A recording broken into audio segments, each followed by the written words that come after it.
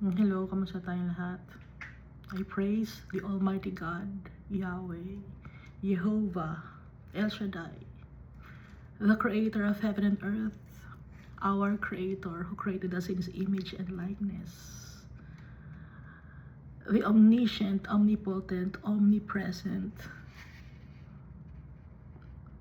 Almighty Father. He created us so that we may live with Him in His kingdom, provided that we must believe in Jesus Christ. So our Father sent to us our Savior, Jesus Christ, Yeshua, for the forgiveness of our iniquities, because the blood of Jesus is powerful, it's potent. It will never lose its power. And because of the blood of Jesus, we will be saved. We will inherit the kingdom of God and reign with Jesus in His kingdom for all eternity. Jesus is not only our Redeemer, Mediator, but also our friend. He loves us so much, and He will never leave us nor forsake us. Just like our Father and the Holy Spirit has been sent to us by our Father through Jesus Christ. The Holy Spirit is giving us fruits and gifts every day, blessings upon blessings. Every day it is being replenished. So last time we read Deuteronomy chapter 22. It's about various laws of morality. Yung morality na law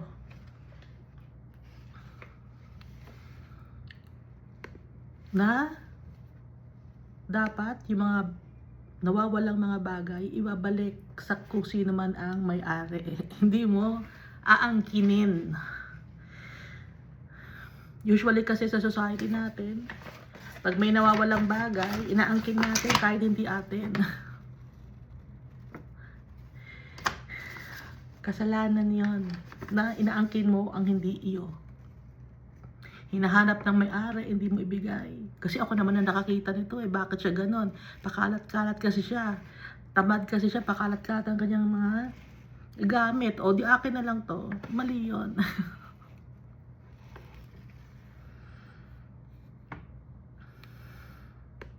Ibibigay mo. Kahit ano pa yun, ibigay mo. Dahil hindi mo iyon pagmamay-ari.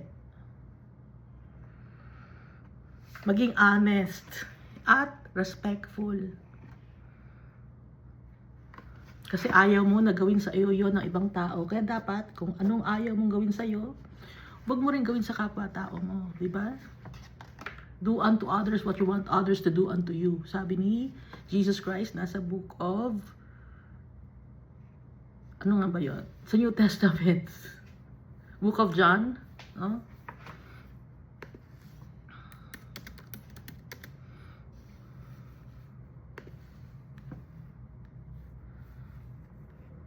Sorry.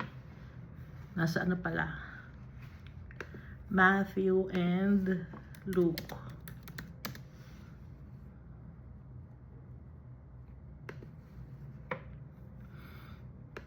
Matthew and Luke. Matthew chapter 7 verse 12 and Luke chapter 6 verse 31. Kahit na anong bagay na nawawala, ibabalik. Kung hindi pa niya kinukuha, itabi mo, huwag mong gamitin. At pag nakikita mo yung brother mo na naghihirap, no? You shall not see your brother, his donkey or his ox fall down along the road. Ibig sabihin, tulungan mo. Halimbawa, nasiraan ng sasakyan. Tulungan mo. Kasi wala naman tayong donkey ngayon. So, anong gagawin? Tutulungan.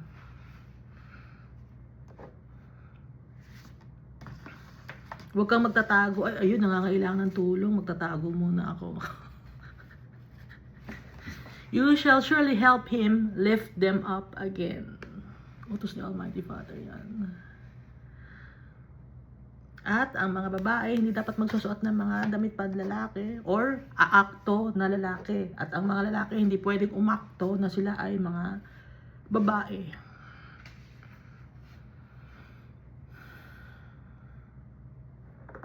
At kung may ibon, no, na may mga chick siya or eggs, hindi mo dapat kunin lahat ng eggs na ikukunin mo pati yung nanay. Magtira ka naman dahil may chance pa na mangingitlog uli yung nanay na manok. Ibig sabihin, wag mong suwapangin, no?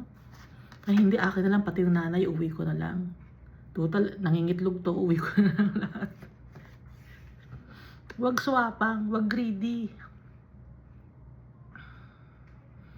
At saka, pag gagawa ka ng mga bagay sa araw-araw, iisipin mo rin yung kapwa-tao mo. Kung masasaktan kaya ang kapwa-tao kung gagawin ko to. Ito yung verse 8, when you build a new house, then you shall make a parapet for your roof. Kasi iisipin mo, ipaplano mo ngayon na may masasaktan ba pag gumawa ako itong bahay na to, may masasaktan kaya, may mahuhulog kaya. Dapat merong safety measures. Kasama sa plano yung safety ng kapwa-tao. At hindi dapat paghahaluin ang mga seeds. No? Anong ginagawa natin? Ginagawa natin hybrid. Nung ginagawa natin hybrid yung mga seeds, yung mga halaman, ano na nangyari? Yung mga halaman na ginawa ni Almighty Father, mga gamot yon. Eh ngayon, pinaghalo-halo natin yung mga halaman, nawala na yung efficacy nung mga halaman. Humina ang klase kasi naging hybrid na siya eh. Example, yung mangga, inihalo mo sa apple. Anong nangyari? Tumamis lang, nagka-diabetes na tayo dahil sa mga prutas. Pag ikaw ay isang fruitarian, magkakaroon ka ng diabetes. Dahil yun ay puro sugar. Pati yung mga halaman, puro sugar yun. Kaya anong pinagutos ni Almighty Father? Laging kakain ng meat. Nakikita nyo naman, di ba? O, kakainin nyo yung meat. O, madalang lang silang kumain ng mga wheat, tsaka fruit, kasi laging binabanggit yung mga alaga yung cattle, yung alaga nyo na mga sheep, yung goat.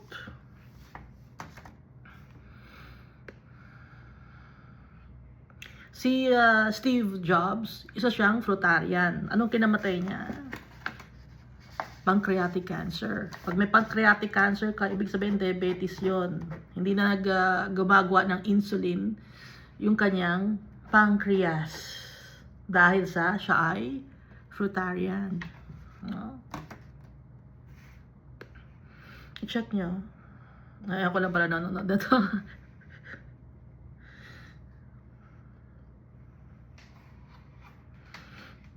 Kaya yung mga halaman natin ngayon, puro matatamis na. At saka hindi nabubulok. Ba't ganon? Yung kamatis, hindi na nabubulok. Dati, kinabukasan lang, bulok na. Ngayon, hindi na. Anong ginagawa? Nilalagyan ng mga chemicals.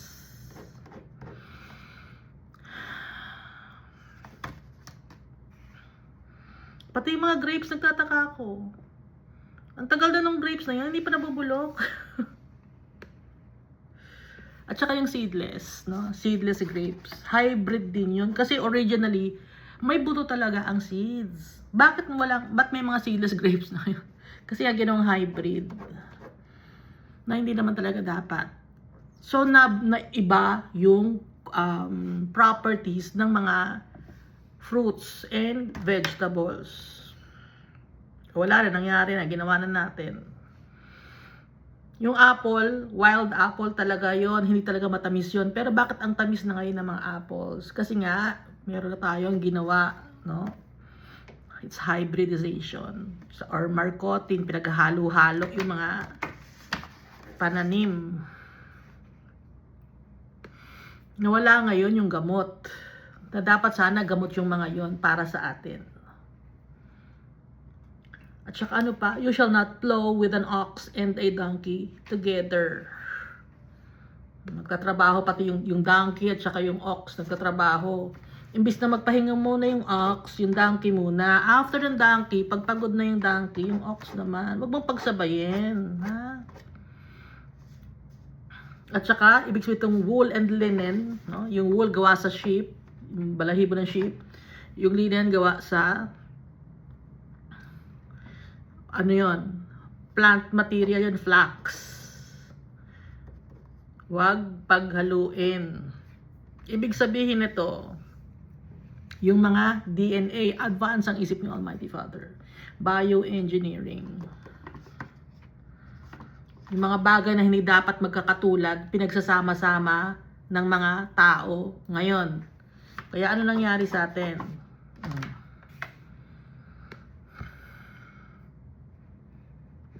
And you shall make tassels on the four corners of the clothing with which you cover yourself. So ito ay to remind the people of the commandments of the Almighty God. Pampaalala. Yung tassel, hindi to design sa damit mo, hindi to fashion, ha?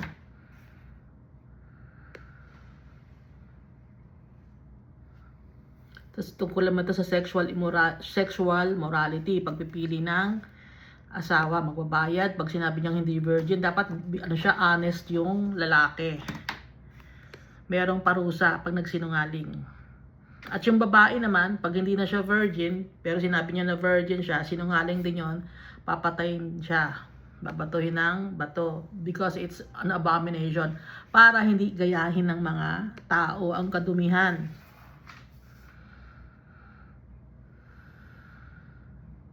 So, dapat may proof.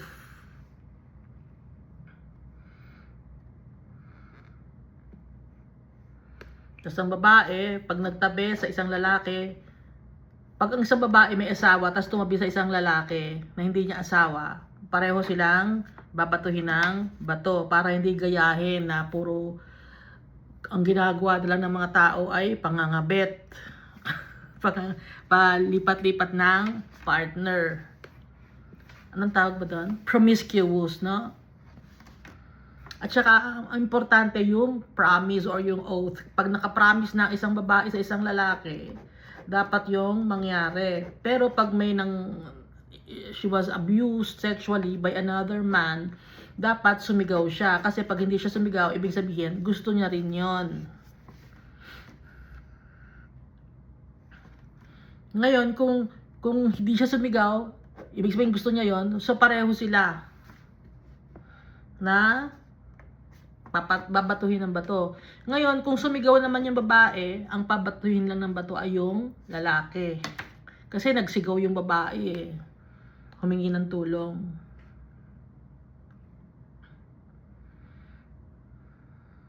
Ngayon, single naman tong lalaki, single naman yung babae, hindi siya naka-betrothed.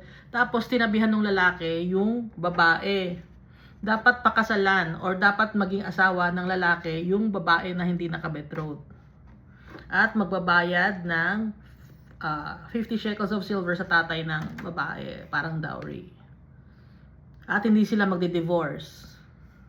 Yung ganong mga issue, no? Or instances, hindi pwedeng i-divorce ng lalaki dahil pinilit niya yung babae. Hindi siya naka-betrothed pero gusto naman ng babae. So, hindi sila magdi-divorce. At ang lalaki, hindi niya pwedeng gawing asawa yung kanyang stepmother, stepsister. No? Kasi family na yon by, related na sila by marriage. Nakakahiya na yon, ganong klase. Nung sa una, si Adam and Eve, yung anak nila, magkapatid, no? Yun na naging mag-asawa. Pero, nung dumating na yung law, binibigyan na yung Almighty Father ng kautusan ang mga tao para maging maayos ang society. Para hindi magkaroon ng mga kadumihan, no? Dahil Pag nangyari to na, pwede naman pala yung asawa niya, tatabihan ko yung asawa ng isa. Wala na nangyari sa society, puro kaguluhan, puro away ang mangyayari. So gusto ni Almighty Father, always in order. Kalinisan.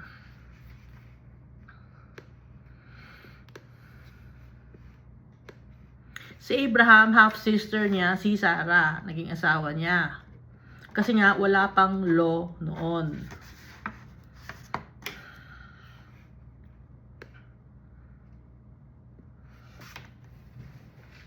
Dito tayo sa Deuteronomy chapter 23. He who is emasculated by crushing or mutilation shall not enter the assembly of the Lord. Pinutol yung kanyang, or naputol, or nadurog, or dinurog, yung kanyang pagkalalaki, no? Literal. Hindi makakapasok sa assembly. Bakit? Wala na kasi siya nung kanyang organ. Ngayon, dahil sa si Jesus ay namatay sa cross and He rose from the dead, tanggap na ni Almighty Father kahit nawala na yung pagkalalaki ng isang lalaki. Pero dapat mamuhay siya ng naaayon sa salita ng Diyos. Hindi siya pwedeng maging, halimbawa galing siya sa alphabet gender, pinatanggal niya, nagpa-gender reassignment siya.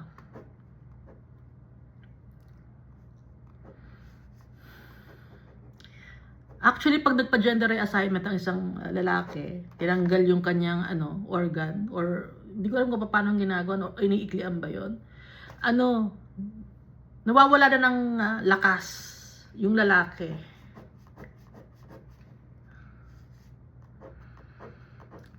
Pero kung babalik ang lalaki na yon kay Jesus Christ, kay Almighty Father, hingi ng kapatawaran, mapapatawad yung tao na yon na nagpatanggal ng kanyang organ.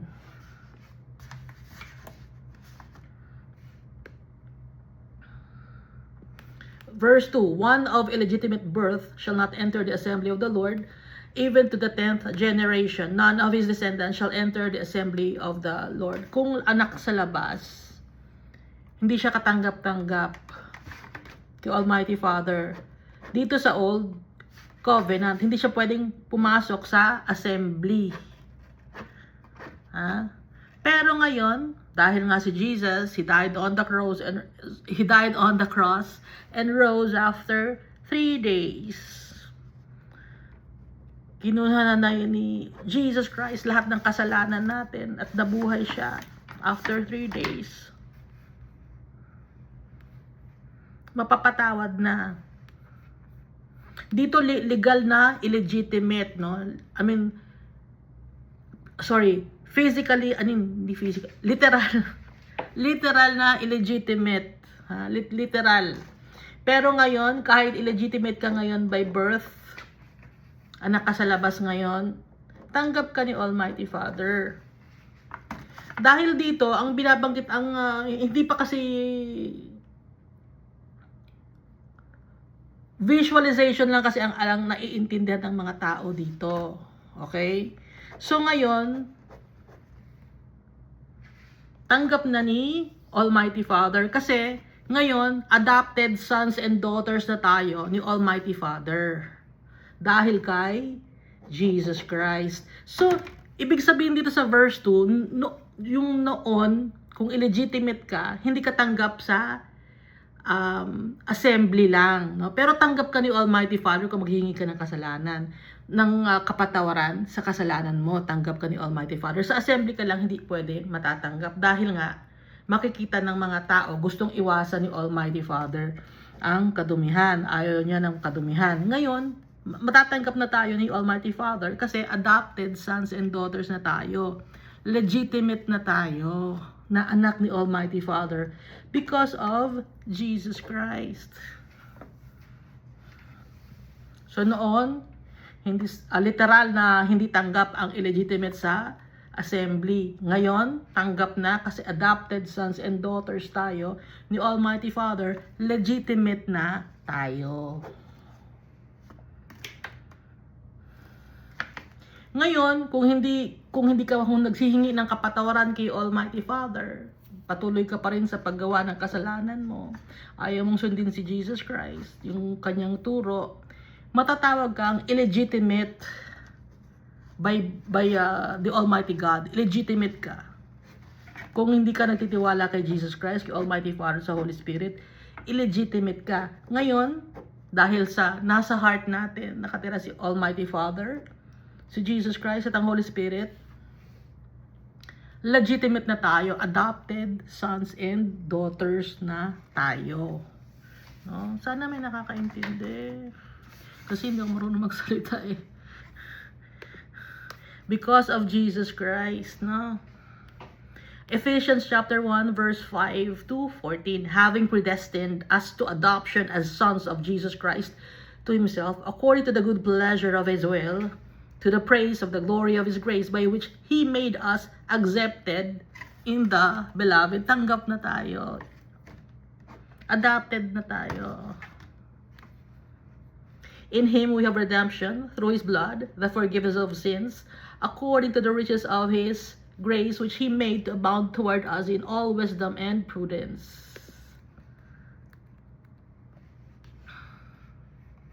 Kaya pag nagtitiwala tayo kay Jesus Christ, adopted sons and daughters na tayo. Legitimate na tayo. Tanggap tayo ni Almighty Father.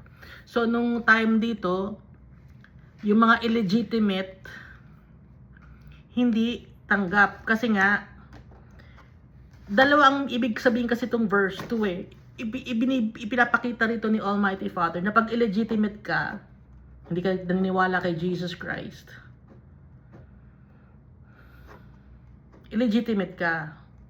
Pero pag naniniwala ka kay Jesus Christ, adopted sons and daughters na, legitimate na. So itong double meaning kasi ito, ha? Itong verse 3 ngayon. An Ammonite or Moabite shall not enter the assembly of the Lord, even to the 10th generation.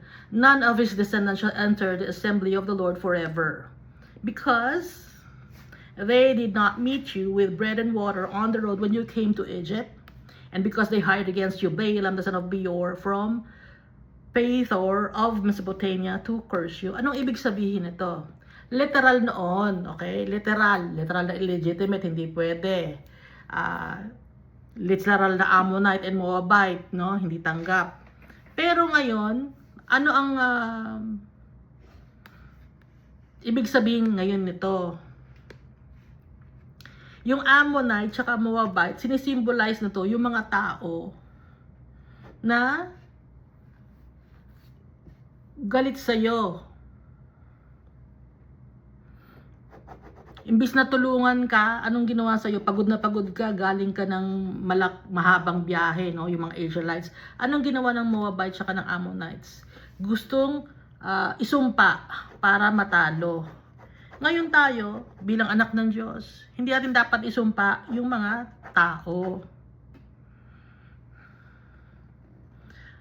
May mga tao kasi na gumagapang ka na sa putik or naghihirap ka na, ang sasabihin pa ng ibang tao, buti nga sa'yo. Ayaw ni Almighty Father ng ganon. Buti nga sa'yo, naghihirap ka na, yabang mo kasi. Hindi pwede yung ganon. Ayaw ni Almighty Father nun. Yun ang sinisimbolize ng Ammonites at ng Moabites. Yung isusumpa kita, gagapang ka sa lusak, lalapit ka sa akin, mga ganong tipo, gagapang ka sa akin na parang bulate.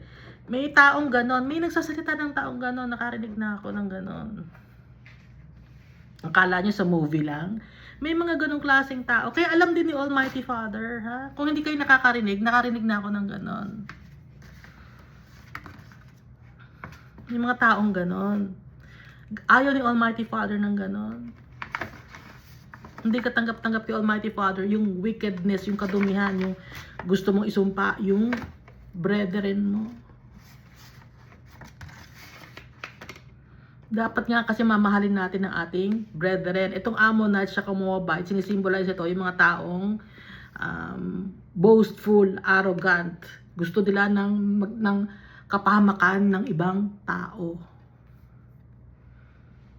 Natutuwa sila pag nalulungkot or naghihirap ang isang tao, natutuwa. Yun ang sinisimbolize ng Ammonites at ng Moabites. Nevertheless, the Lord your God would not listen to Balaam, but the Lord your God turned the curse into a blessing for you, because the Lord your God loves you. So yung mga taong they want to destroy us, pero kung magtitiwala tayo kay Almighty Father, mahal niya tayo, hindi niya tayo pababayaan. Because the Lord your God loves you. Kahit na gusto nila tayong i-destroy, ang magko-comfort sa atin, ang magpo-protect sa atin ay si Almighty Father.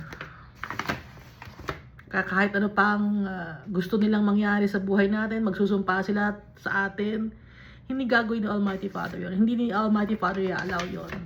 He will protect His children. Verse 6, you shall not seek their peace nor their prosperity all your days forever. Ibig sabihin, huwag kang makikipartake sa ganung gawain na gusto mo rin usumpa yung kapwa-tao mo. Huwag kang makikipartake, no? Kaya nga dito, you shall not seek their peace nor their prosperity all your days forever. Huwag mong gagayahin na gusto mo rin isumpa yung kapwa-tao mo. Dahil tayo ay mga anak ng Diyos, we've been set apart.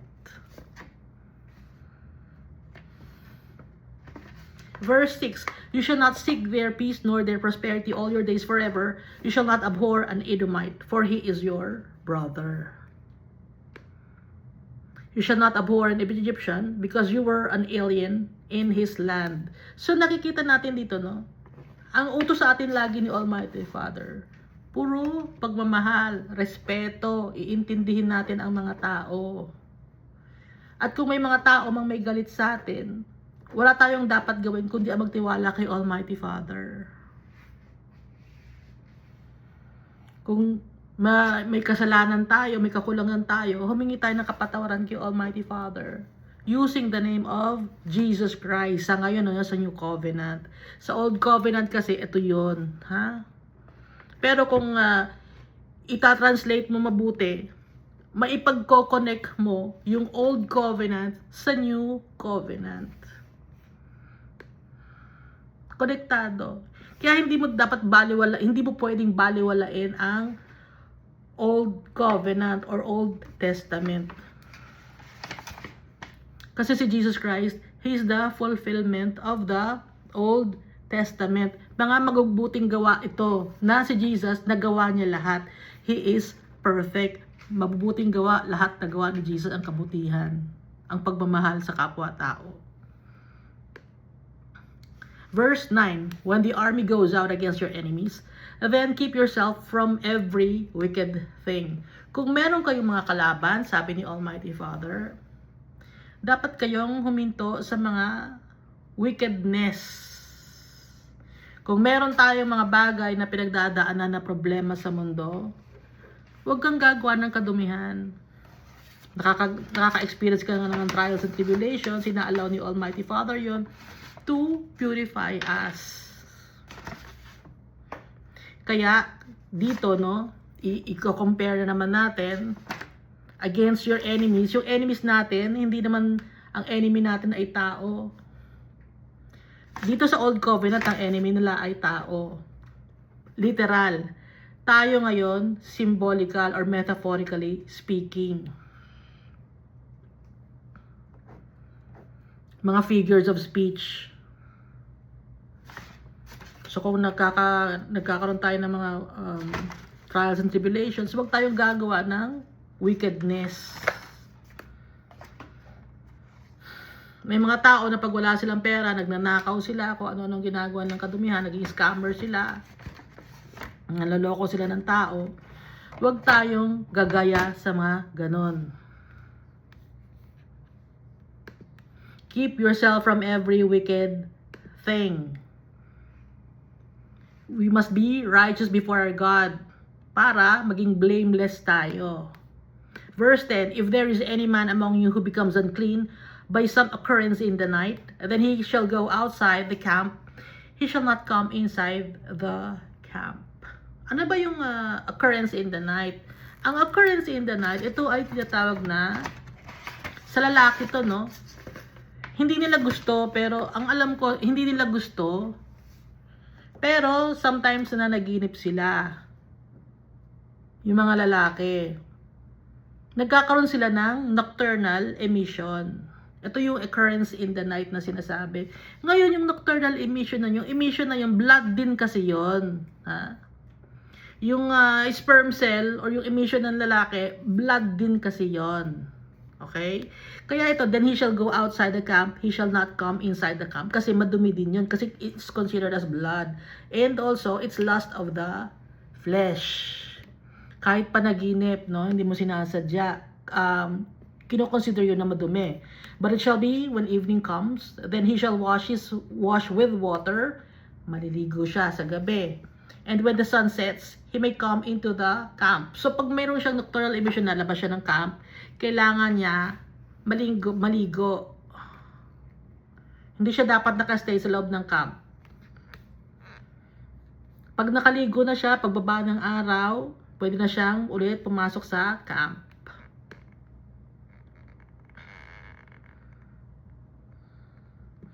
Also, you shall have a place outside the camp where you may go out. Ano ba yung you may go out? Di ba pag nasa school tayo, Ma, may we go out? Ma, may I go out? Pupunta ka ng restroom. So, nung time na to, merong sa camp, hindi naman uso banyo noon kasi nga sa tent lang sila nakatira nung time na to. And then pag pupunta naman sila ngayon sa kanilang sa promised land, hindi pa nauuso yung banyo. Yung restroom, yung bathroom, yung toilet, hindi pa nauuso. Kaya anong gagawin ngayon? Pag may nangyayaring ganun, kasi natural yun sa katawan ng tao na pagkakain ka, no? Idudumi mo 'yon.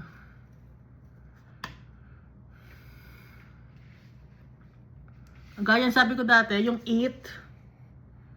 Tinuruan tayo ng mga Amerikano, no, nung nagkaroon ng war. Tinuruan tayo ng mga Amerikano magsalita ng English. Ano yung pagkakain? Eat. Oh, tapos may Pilipino hindi niya alam. I don't want to eat. I want to do the opposite of eat. The opposite of eat? What's the opposite of eat? How do you spell eat? E-A-T. What's the opposite of E-A-T?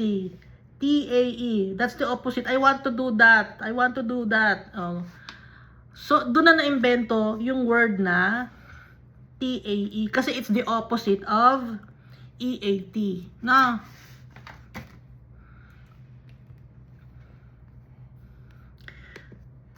Bakit natin pag-usapan yun? Kasi dito sa verse 13, and you shall have an implement among your equipment.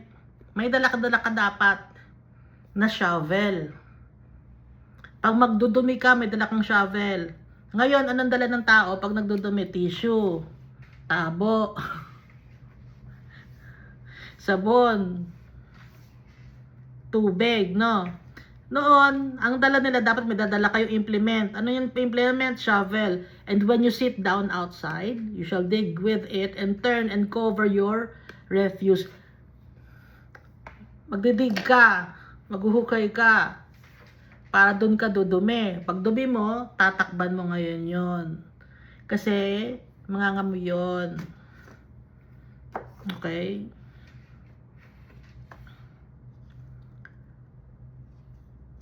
Kaya pala na-invento yung heels. Sa Europe yun na-invento yung mga high heels. Tsaka yung pabango sa France. Kasi wala silang restroom, wala silang toilet. Namamaho sila. Kung i-check nyo yung mapa ng UK, puro sila land. Konti lang ang mga may tubig or river. Eh dun sa lugar nila,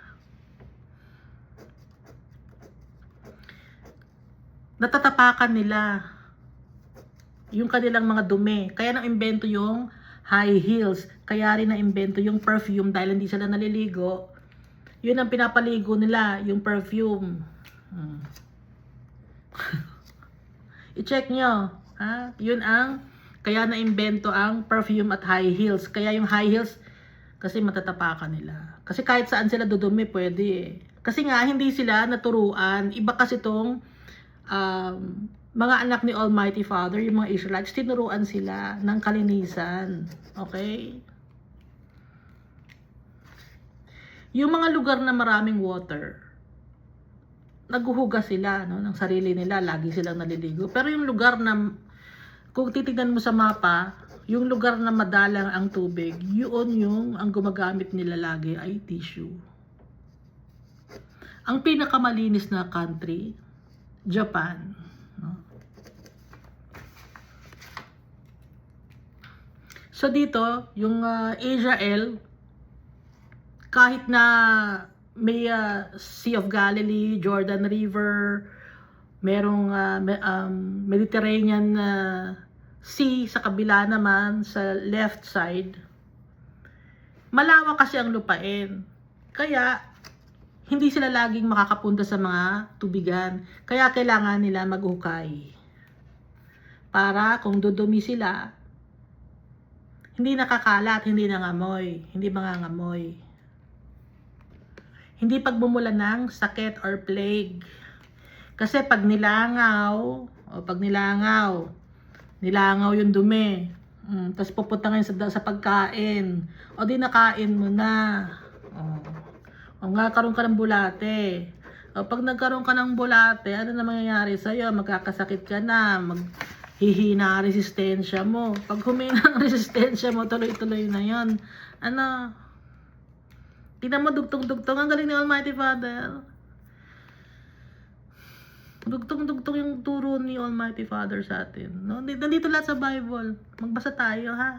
Verse 14, For the Lord your God walks in the midst of your camp. Si Almighty Father, nakikita niya lahat. King si Almighty Father. Tapos makikita niya ang dudumi ng mga anak niya. Kayo ba, pag may mga anak ba kayo madumi, anong naiisip niyo? Teka, ba't ang dumi ng... ang dumi ng anak ko, ayokong ganito. Di ba lilinisin nyo rin? Ganon din si Almighty Father, mas lalo na. Pag nakikita nyo yung bahay nyo na madumi, ayaw nyo, di ba? Ganon din si Almighty Father.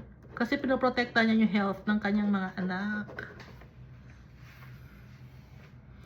For the Lord your God walks in the midst of your camp. Tsaka nakakahiya kay Almighty Father. Ito ba yung anak ko? Ba't ang dumi na to? To deliver you and give your enemies over you. Therefore your camp shall be holy, that he may see no unclean thing among you, and turn away from you. Kasi kadumihan yon. Literal na kadumihan. At saka kung hindi mo sundin, that's disobedience. Ano yon? Hindi mo nirerespeto si Almighty Father. Hindi mo mahal si Almighty Father. So kadumihan yon, wickedness. Kaya para hindi umalis si Almighty Father sa atin, susundin natin ang kanyang mga commands. Verse 15, You shall not give back to his master the slave who has escaped from his master to you. Halimbawa, may nakatakas na isang slave. Galing sa master yung nakatakas siya. Huwag mo na ibabalik. Ay, slave ka, no? Ibabalik kita. Teka muna. Ibabalik kita. Baka bigyan ako ng pera ng master mo. Hindi mo na ibabalik, ha? He may dwell with you in your midst, in the place which he chooses within one of your gates, where it seems best to him. You shall not oppress him. Huwag mong aapihin. Ay, slave ka lang naman, aapihin ka namin. Hindi pwede yung ganon. Dahil brethren nyo siya. Magkakapatid tayo, lahat. Halimbawa, meron kayong maid, no? Or, huwag nyo aapihin. Iba pa ang pagkain ng maid sa pagkain ng mayaman. Hindi dapat ganun, dahil dapat pantay-pantay tayo sa paningin ni Almighty Father. Dahil tao rin yun. Pag tao, kamukha rin ni Almighty Father. Irerespeto natin ang kapwa-tao natin kasi We are created in God's image and likeness. Verse 17, there shall be no ritual, harlot of the daughters of Israel, or a perverted one of the sons of Israel. Ano tong mga to? It's sexual sin. Walang ritual. Ang tawag dito sa ritual ng babae ay kedesha. Pag lalaki ay kadesh. Pag babae, kadesha. So may nagbebenta na ng lalaki, meron ng harlot na lalaki or binibenta niya yung kanyang sarili. Perverted one of the sons of Israel. Itong Kadesh ay nagpa-practice ng sodomy. Naiintindihan mo? Nakakaintindi kaya? Iska, naiintindihan mo? Naiintindihan ko yung sarili ko. Thank you, Lord. Naiintindihan ko. So, ito yung nagbebenta ng katawan. Babae na nagbebenta ng katawan. At lalaki na nagbebenta ng katawan. Pero, nagke-cater siya sa kapwa niya, lalaki. There shall be no ritual harlot of the daughters of Israel, or a perverted one of the sons of Israel.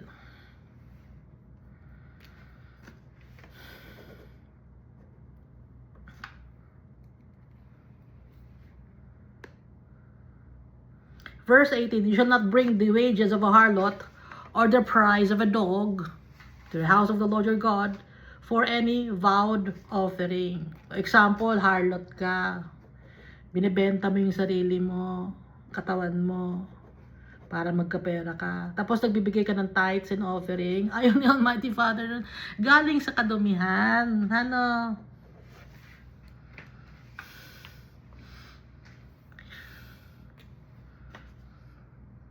Or the price of a dog. Ano ba yung dog? Yung dog kasi, kinoconsider yun na lalaki na nagbibigay ng katawan niya, binibenta niya yung katawan niya sa kapwa niya, lalaki. Kaya nga, price of a dog. Laging binabanggit ang dog dahil it symbolizes kadumihan. Walang kahihiyan. Di ba yung dog sa kalye? Nag-aasawahan sila. Yung dog, hindi nahihiya. Pero yung mga pusa, ano pa ba yung mga iba? Di ba wala tayong nakita ng mga pusa? Ano pa mga animals sa kalye? Mga daga, wala naman tayong nakikitang ganun na. Kahit yung sugar glider ko nagtatago, no? Nalalaman ko lang, ay buntis yung sugar glider ko dati. Pero tong dog, lantad sa kalye. So, hindi dapat dalhin ng wages kasi hindi ini-encourage, no? You should not bring the wages of a harlot or the price of a dog to the house of the Lord your God. For any vowed offering, for both of these are abomination or an abomination to the Lord your God. Kadumihan. Ngayon, sa congregation ninyo, sa congregation ba ninyo meron? Binibenta niya yung kanyang katawan tapos magbibigay ng offering. Up to now, hindi tanggap ni Almighty Father. Huwag ka na magbigay ng offering kung ganun din lang. Kasi ang gusto ni Almighty Father, hindi yung offering mo. Ang gusto ni Almighty Father, yung ikaw mismo na maayos sa tingin ni Almighty Father, kalinisan. Eh baka sabihin, hindi, mas malaki kasi yung pera na nakukuha ko pag binibenta ko yung sarili ko. Yun ang sasabihin ng mga tao na nagbibenta ng kanilang sarili. Hindi naman sa laki ng pera. Ang gusto ni Almighty Father, maging malinis tayo sa kanyang paningin. Sundin siya. Eh, ang ginagawa ngayon ng mga leaders ninyo, marami ka bang pera? Kailangan malaki ang mabibigay mo na pera. Anong ginagawa ninyo? Nagbibenta kayo ng katawan ninyo para madala ninyo sa inyong congregation. Anong mangyayari? Tanggap pa ni Almighty Father yun? Hindi. Dahil kadumihan yun.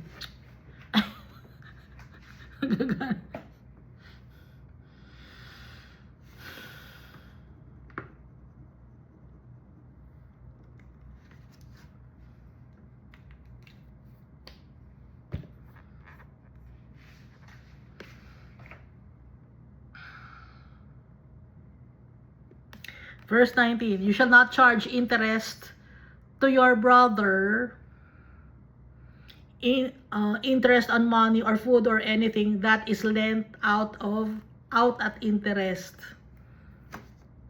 Patubo. Huwag mong tubuan yung brother mo. Kaya nga siya nangungutang eh. Wala siyang pera, tapos tutubuan mo. Ang galing mo. Kung walang tubuan, pwede. Ha?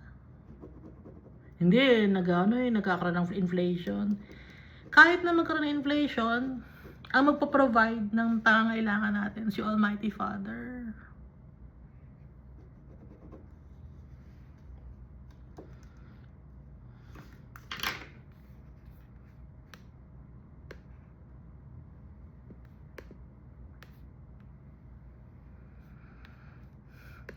Balikan ko tong verse 18 na. Itong pagiging harlot, hindi lang ito yun. Halimbawa, nag-scammer ka. Galing sa pang-scam yung pera mo, tapos ibibigay mo sa yung congregation. O nagnakaw ka, tapos ibibigay mo sa congregation. Hindi, namimigay naman ako sa mga mahihirap eh. Parang ako si Robin Hood. Hindi tama yun. Tagalin nyo sa isipan nyo si Robin Hood. Nagnanakaw para ipamigay sa mahihirap. Hindi tama yun.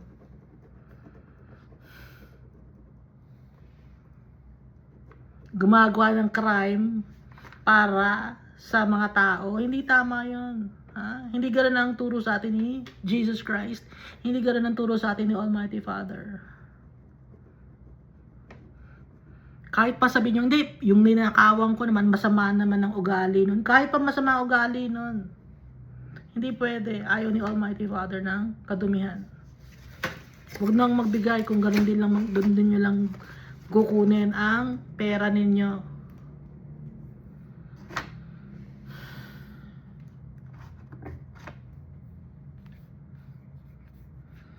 Pag nagpapautang kayo, huwag nyo nang tubuan. Kasi nga, kaya nga nangungutang yung brother, walang pera eh. Tapos tubuan mo pa. Verse 20, to a foreigner you may charge interest. Kung hindi mo kalahi, kung taga-ibang lugar, pwede ka magbigay ng interest. Pero kung brother mo, but to your brother, you shall not charge interest. That the Lord your God may bless you in all to which you set your hand in the land which you are entering to possess. Pagpapalain ka ni Almighty Father. Dahil naawa ka sa brother mo, pinahiram mo siya ng walang tubo. Ibibless ka ni Almighty Father. Hindi ka papabayaan ni Almighty Father. Yung mga tao nagtitiwala kay Almighty Father, hindi pinapabayaan ni Almighty Father. Walang anak si Almighty Father na pinabayaan niya.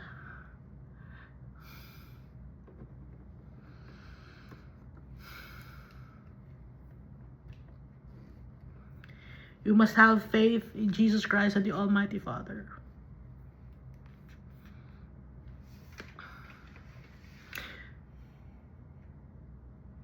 Verse 21, when you make a vow to the Lord your God, you shall not delay to pay it.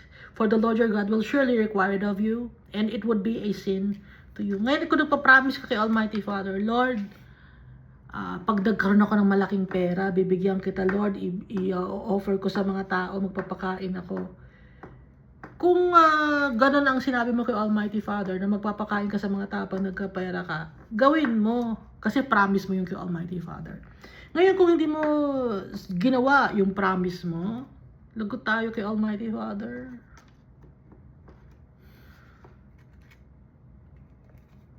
But if you abstain from vowing, it shall not be a sin to you. Pero kung hindi ka naman nagpa-promise kay Almighty Father, hindi kasalanan yun. Pero pag nag-promise ka, dapat gagawin mo. Dahil si Almighty Father, pag nag-promise si Almighty Father, He fulfills it. Kaya nire-require sa atin ni Almighty Father na maging parang siya, na i-fulfill din natin yung promise natin. Pero kung hindi naman tayo nagpa-promise kay Almighty Father, hindi naman kasalanan yun. Kasi pag nagpa-promise ka, ibig sabihin parang mayabang ka pa no? Nagyayabang ka. Lord, pag kayabangan yun. Ayaw ni Almighty Father, kung kaya magpa-promise ka, gawin mo. Kung hindi ka magpa-promise, hindi naman masama yun eh. Hindi ka naman kasalanan yung hindi ka magpa-promise. Pero pag nag-promise ka, magiging kasalanan yon kung hindi mo gagawin. That which has gone from your lips, you shall keep and perform, for you voluntarily vowed to the Lord your God. Voluntaryo ka nag-promise eh. Hindi naman ikaw nire-require ni Almighty Father nag-promise. Voluntaryo ka nagsabi. What you have promised with your mouth. Baka sabihin niyo, ay hindi ko naman sinabi ng bibig eh. Nasa heart ko lang. Tahimik lang ako nagsabi. Kahit tahimik ka nagsabi, naririnig ni Almighty Father yun. Yung nasa isip natin, nasa puso natin, alam ni Almighty Father. Tapos hindi mo gagawin. Lagot tayo kay Almighty Father. Verse 24. When you come into your neighbor's vineyard, you may eat your fill of grapes at your pleasure. Halimbawa, may taniman. Yung brother or yung neighbor mo. Pwede kang pumitas doon. Ha? Pitas ka lang. Pwede naman eh. You may eat your fill of grapes at your pleasure. But you shall not put any in your container. Ay, nakakapitas ako rito. Asan na yung kaing? Mamimitas ako ng madami, ibibenta ko sa iba. Abusado. Ayaw ni Almighty Father ng abusado ng mga tao. Halimbawa, nagpunta ka sa mall. Ibinili ka ng gamit ng isang tao. Tapos, nung ibinili ka ng gamit, ay teka muna, yung kapitbahay kasi namin kailangan ng ganitong gamit. Bibilin natin ha. Pero, hindi naman kilala nung nanlibre sa'yo yung kapitbahay mo, nabibilan mo ng gamit. Huwag kang abusado. Ay, yung pinsan ko kasi, yung pamangkin ko, kailangan din niya ng ganito eh. Hindi naman kilala nung nanlibre sa'yo. Bakit hindi nadamay mo? Ikaw lang ang kasama, ikaw lang ang ilibre. Bakit nandadamay ka pa? Abusado, huwag abusado, ha?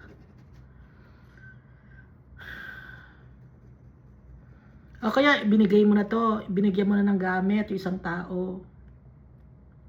Tulong mo na sa kanya yon. May nakita pa siyang magandang gamit sa'yo. Ito, akin na lang din to, ha? Akin na lang. Hindi naman sa'yo binigyan ka na ibang gamit. Hindi yung, kung ano yung nasa kanya, wag mo nang hingin yung kung ano lang inabot sa'yo. Ha? Huwag abusado. Magiging sani ka ng kasalanan kasi, yung tao na yon hindi natutulong. Dahil, magdadalawang isip na siya, ay, mga abusado yung mga tao na yun eh. So, paano na ngayon yung ibang mga tao na kailangan ng tulong na may pagkakataon pang tulungan yung tao na yon, na ibang tao na yun, kung ikaw mismo, inabuso mo yung tao na nang tutulong sa'yo, baka hindi na makapagtulong sa iba yung tao na yun dahil isipin ng abusado mga tao. Ha? Example, nanghihingi kayo ng tithes sa congregation ninyo. Nanghihingi naman talaga kayo ng tithes sa congregation na nanghihingi kayo. Maliban pa rin yung offerings.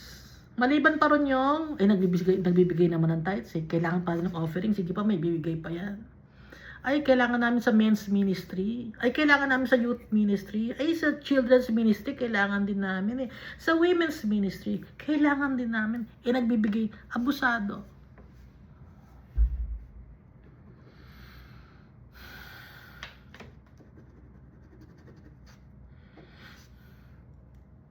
Hindi requirement ang tithes para makapunta ka ng langit, ha?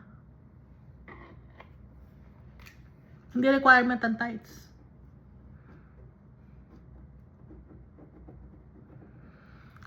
Ang pagtulong sa kapwa, it's just the result of loving our brethren, ha? Because yun ang turo sa atin ni Almighty Father. Turo sa atin ni Jesus Christ. Ang mahalin ng kapwa-tao. Pero hindi requirement ang pagbibigay ng tithes and offering. Tulong, yun ay resulta ng ating pananampalataya kay Almighty Father. Naintindihan ba? Nakakaintindi ba nun? Ako lang naman nanonood nito. Nakatulog ba ako last time? Hindi makatulog.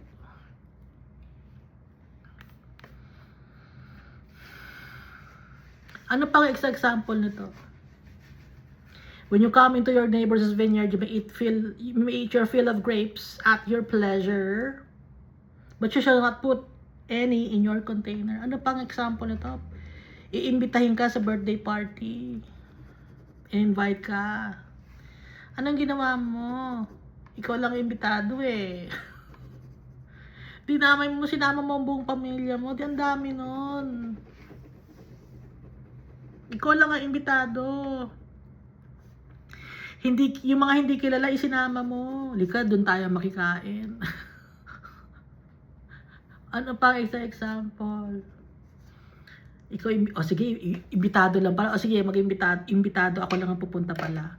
Pero may dala-dala ka ngayon ng supot. Anong gagawin mo sa supot na yon? Pwede ba makahingi ng lechon? Iuwi ko lang, may pabalot. May Sharon Cuneta ka pa. Ha? Balutin mo ako. Abusado. Pwede bang babalot?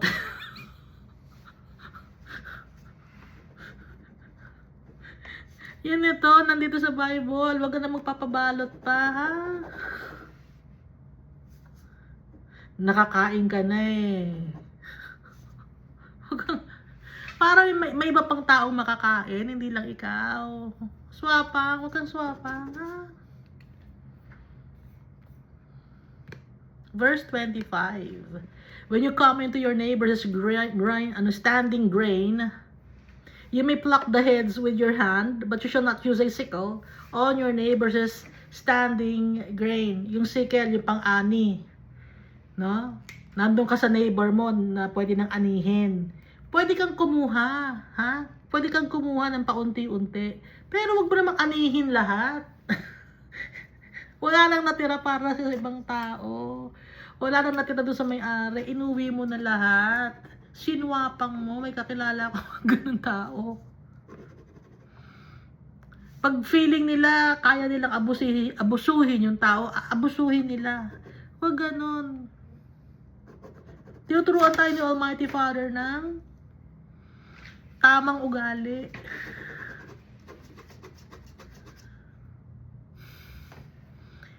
Hindi ito na ituturo sa school. Ba't hindi tinuturo sa school to? Dapat tinuturo to sa school ah. Kasi nga pati na yung mga nagtuturo, swapang din. Nagbabalot din ng, ng pagkain. Pag may piyesta, nagte-take out, take home. Ang sasabihin, hindi, nagregalo naman ako, malaki naman ang regalo namin. Kahit, ba't nagregalo ka pa? Di ikaw na lang sana bumili ng pagkain mo, hindi ka na nagpunta. Yung pinanregalo mo, wag ka na magregalo eh. Kumain ka na lang sa labas.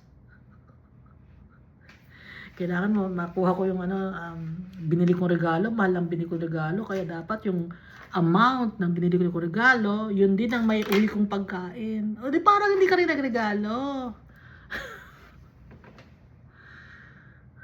Ang gulo ng tao, no? Ang gulo ka usap. O baka akong maggulo ka usap. Uturutan ni Almighty Father. Nasa Bible to. Magbasa tayo ng Bible para malaman natin, no? Kasi kahit Christian tayo, hindi maiwasan. Gusto ko ng pabalot.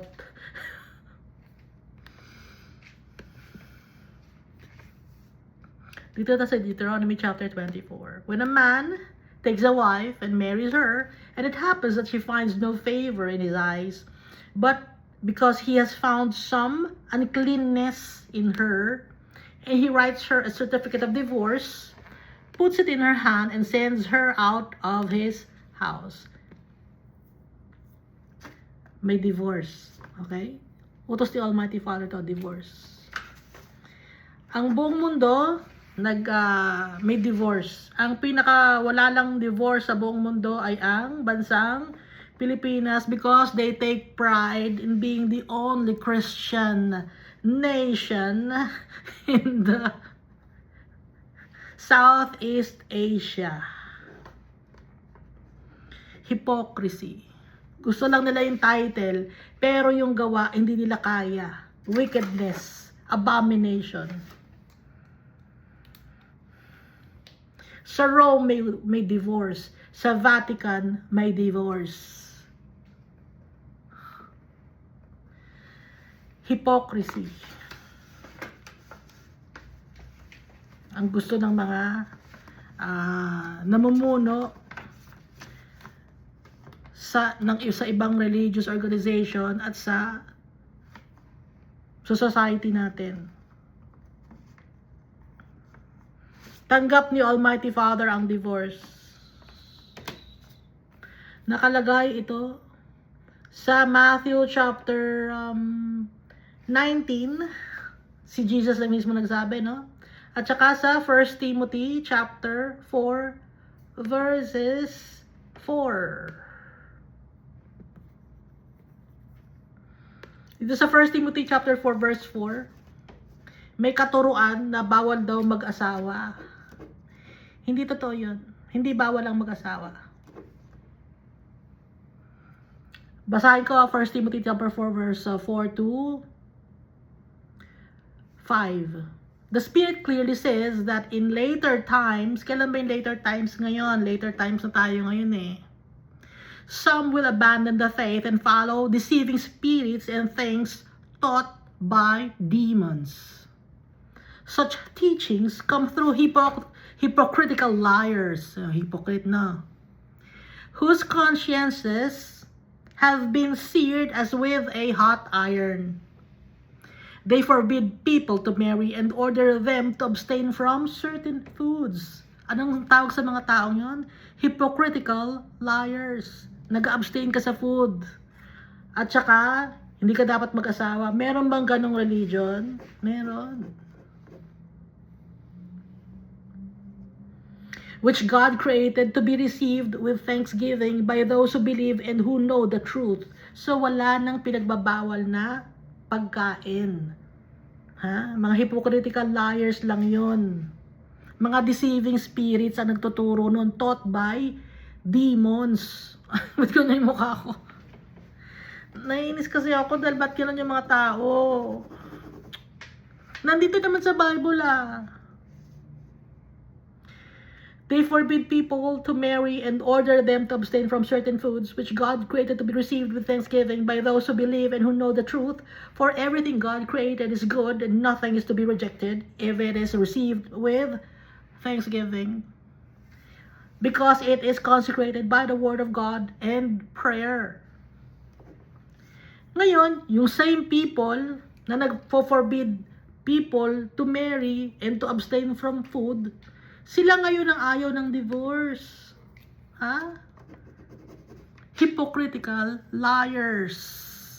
Deceiving spirits. Things taught by demons. Tanggap ni Almighty Father ang divorce at tanggap din ni Jesus. Nandito sa Matthew chapter 19 verse 3. The Pharisees also came to him, testing him, and saying to him, "Is it lawful for a man to divorce his wife for just any reason?"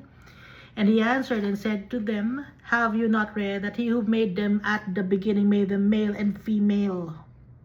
Male and female lang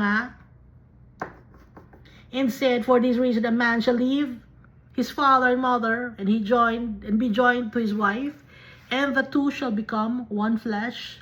So then, they are no longer two, but one flesh. Therefore, what God has joined together, let not man separate." Kung ano ang pinagbuklod ni Almighty Father, hindi tao ang magse-separate. Yan ang sinasabi ninyo, di ba? Hindi pwede maghiwalay. Hindi pwede ang divorce kasi what God has joined together, let not man separate. Yes, let not man separate. Pero, paano na kung si Almighty Father na ang gumawa ng paraan para maghiwalay ang mag-asawa? Naisipan ninyo yun? Let not man separate. Pero si Almighty Father, kahit ano, kayang gawin ni Almighty Father. Ha? Itong let man separate lang na to, ito yung pinaghihiwalay mo yung mag-asawa. Kumakabit ka, kung nakikialam ka sa relasyon, hindi pwede yun. Pero kung si Almighty Father na ang pumagitna at paghihiwalay ng asawa, tanggap ni Almighty Father yun, ha? They said to him, "Why then did Moses command to give a certificate of divorce and to put her away?" He said to them, "Moses, because of the hardness of your hearts, permitted you to divorce your wives, but from the beginning it was not so. And I say to you, whoever divorces his wife, except," may exception, "for sexual immorality and marries another, commits adultery, and whoever marries her who is divorced commits adultery." So, pwede ang divorce. Ano ang dapat para magkaroon ng divorce? Ano ang ang criteria, parang ganon, para matanggap ang divorce? Sexual immorality. Kung may sexual immorality na nangyayari, ang sagot ay divorce. Sabi ni Jesus yon.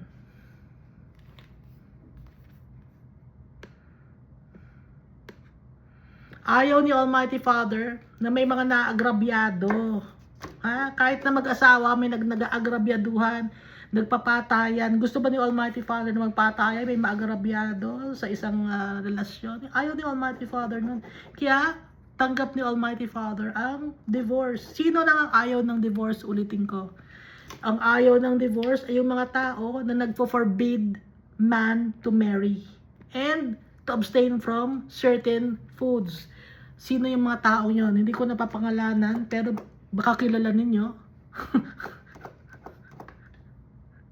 Pinagbabawal nila ang kanilang mga leader na mag-asawa, pero ang totoo naman, sila ay gumagawa ng kadumihan din. So that's hypocritical liars. Teachings taught by demons. Ang sakit magsalita, di ba? Yan ang nasa Bible, hindi ko salita yan. New King James Version. Kahit na, anong version pa ng Bible ang basahin nyo, nandito pa rin yun.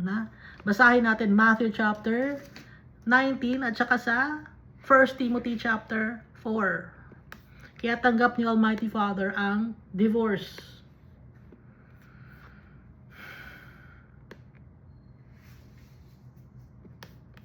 Si Almighty Father, He is just, He is righteous. Ayaw niya ng gulo. Ayaw niya ng wickedness.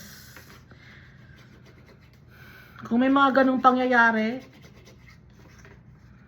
hindi siya papayag si Almighty Father because He is righteous. And He wants His children to be like Him. Kasi gusto ni Almighty Father na ma-inherit natin ang Kanyang kaharian. Dahil anak niya tayo, kamukhaan tayo ng tatay natin. Kaya dapat sa ugali, sa puso at isipan, kaisa natin si Almighty Father, tsaka si Jesus Christ at ang Holy Spirit. Thank you, and God loves us all so much.